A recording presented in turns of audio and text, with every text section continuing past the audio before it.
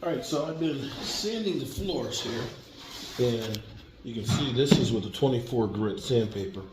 We've had a lot of nail holes that we've had to fill in.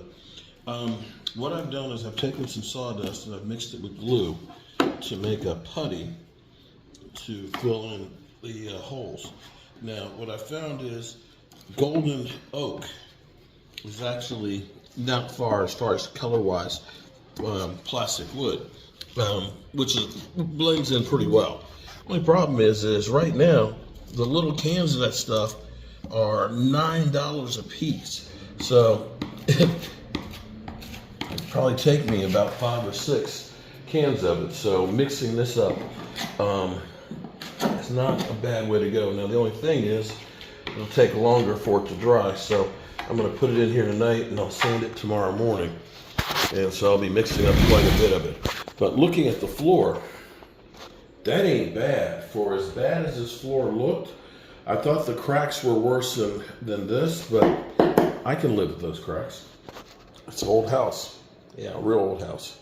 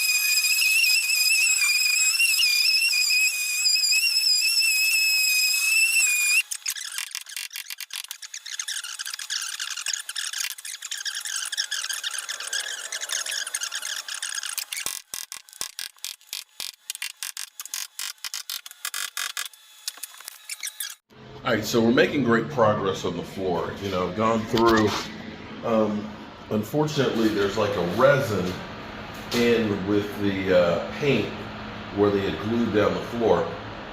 And so that is really gumming up the pads here. So I'm going through those like crazy. But I figured this is where it feels like it's an archaeological dig, because you're finding out things that have happened. So I was curious why they ended up putting these smaller pieces that are all the exact same size here at the fireplace. And we may actually have know why. Because what you notice is, this is charred. And it's charred all the way around through here. So what we believe is there was a fire with this fireplace. This much of it burned real bad, so they cut it right here at the beam and left this and put the new boards in. So if you're keeping track, the chimney that was in the kitchen there was a fire with the rafters there. So there's a fire right here, and the closet upstairs where we took out, there was a fire there. So there were 3 fires in this house. And people ask, are you going to be using the fireplaces? No, we're not. No. We're not looking for fire number 4. No, thank you.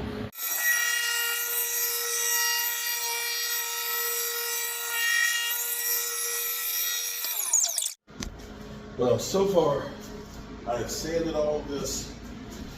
I've gone through 5 of the 24 grit ones, going through, leveling it out as much as possible. I've gone through now with the 36 grit, now I'm going with the 60. Now, there's some stuff that you're just gonna have to live with a floor like this because it is old. There's a couple places where it's really low, where it's cut quite a bit, and we're not gonna be able to get that out. Some of the places, if you were to take it down that far, you're talking about taking it down about 1/4 of an inch. So what we'll do is, we'll take the random orbital sander on a spot like this. Let me show you. So you can see where this isn't sanded. What we'll do is,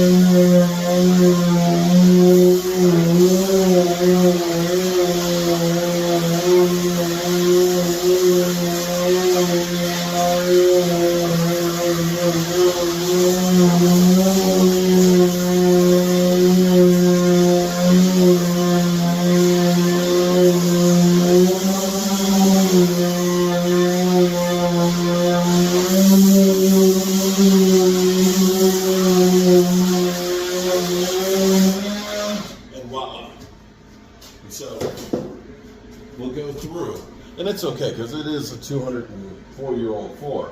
So you got a little bit of, little bevel. So we're going to go into the crack just a little bit to make sure there's no sharp edges on there. But you can see a couple places where it's like that. But I think that this looks great as it is. So I'm going to go through because I only have about an hour left with the machines. I'm going to hit it with 60 and then hit it with the 100. They were out of 80s. Okay, so we're down to 100 grit and about 30 minutes left with the machine. So I'm going to go through, sand this one time with 100 grit, then I'm going to come back through and use my palm sand, my random orbital sander to get some of the high spots and low spots. But this does not look bad at all. Sand pads, they look terrible. But the floor, it looks pretty good right now. I think it looks damn beautiful. So let me hurry up before I get charged an extra day.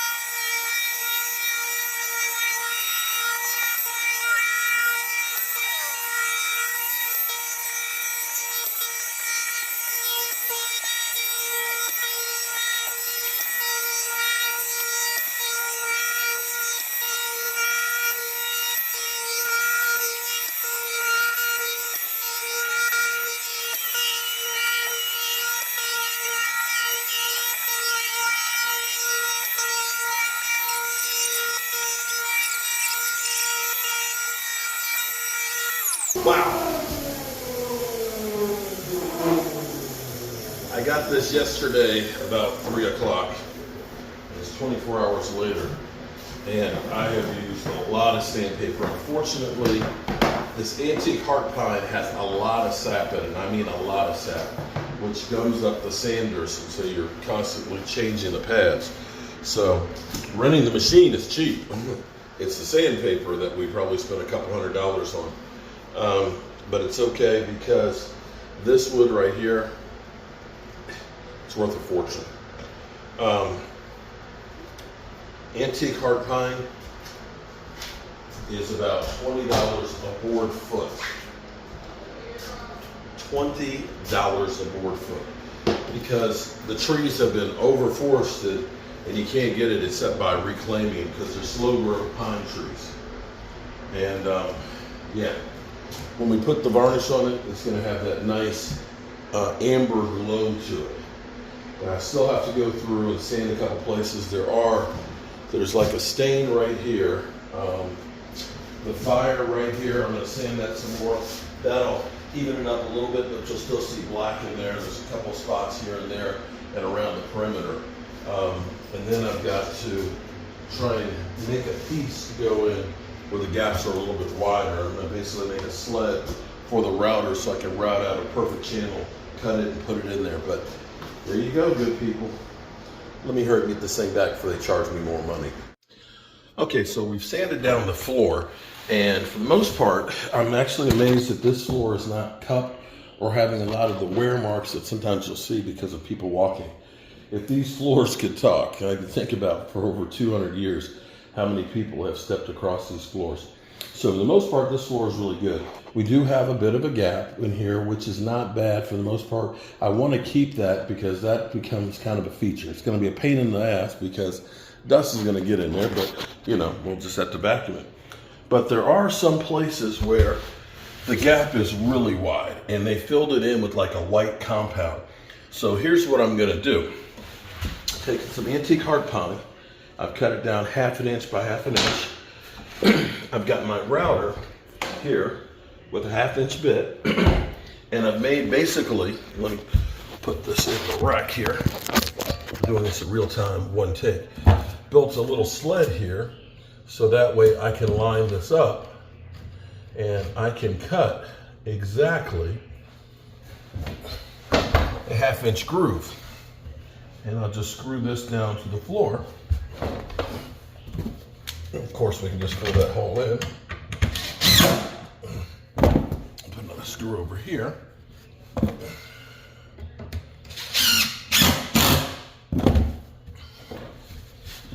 And then here we go.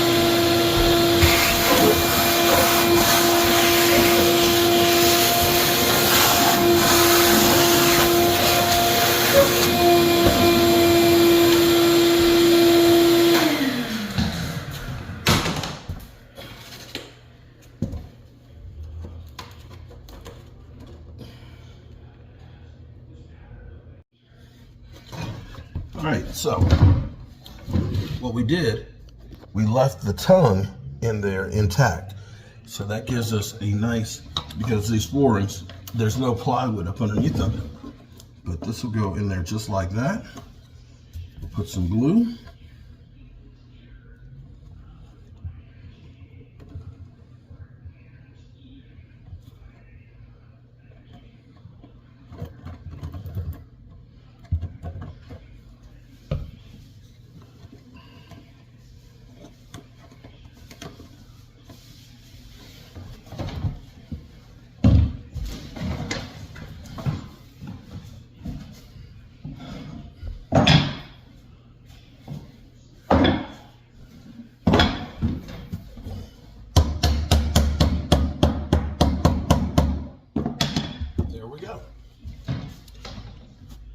We'll let this dry out, put a little bit of filler in there around it to make sure it's nice and snug, and then we'll sand it off with the belt sander and it'll be perfect. So we're just gonna take care of the really wide ones. And then we're gonna go through finish sanding all of this and see if we can get some varnish on this real quick. Well, it's morning here at the Red Brick House, and it's real early. We've got to get up the road, but I have to decide on what I want. And I think I'm going to end up doing a little bit this morning on the floor, but I think it's better for me not to varnish it today because I'm rushing, and I don't want to rush because I'm looking at this.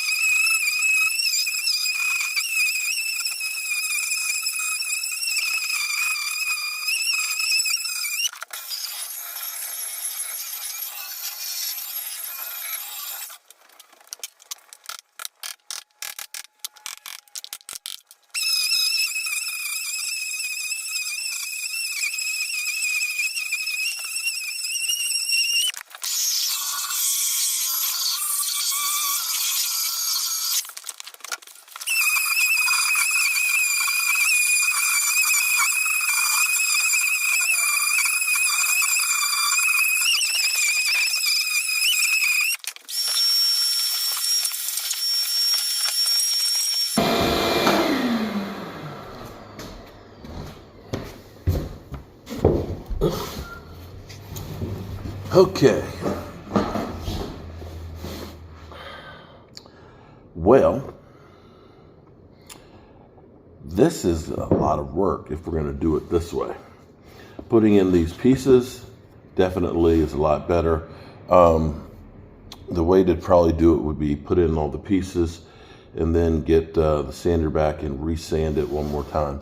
Now, here is one of the problems of having a floor that's this old. The boards are worn from walking and stuff on there. And you have sections, like if I look down here, if you look down here, that's a real bad low spot that's right there. If you're using a regular floor sander and trying to take that out, you're not going to take the whole floor down to that level. You're just not going to be able to. You will end up having some boards that are only a ½ inch thick. And then you can see over here how the whole thing curves. So in order to actually get this finished, there's going to have to be a lot of this is going to be sanded like I'm doing now with the hand sander to go ahead and follow those curves, which is okay. I'm okay with that. And that's what I'm kind of in the process of doing. Most floor finishing people be like, man, you're doing that with a sander, you're really an amateur. Well, when you get a spot like this, where this floor was put together and patched because probably the stairs were right here, I'm not trying to sand this down a ½ of an inch to meet that. It's gonna basically take out some of the integrity of the floor. And you wanna highlight some of the aging of the floor itself.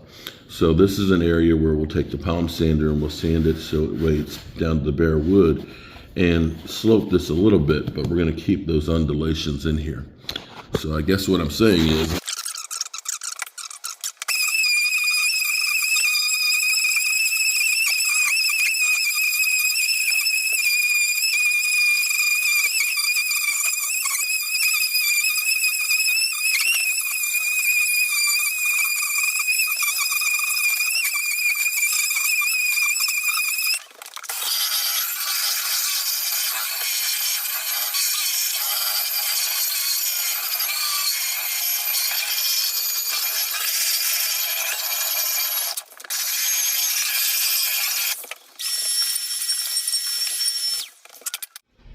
okay, so we're about an hour in on sanding this, at least my hand here. You can see how the floors are. There's a lot of discoloration with the knots and things like that, but it looks actually pretty good when you look at that being filled. Now, here's the flip side. Now I've gone through, there's some places where it was really wide and I filled in over there. But I have to decide, do I want to do all that over here, or do I want to leave those gaps in there?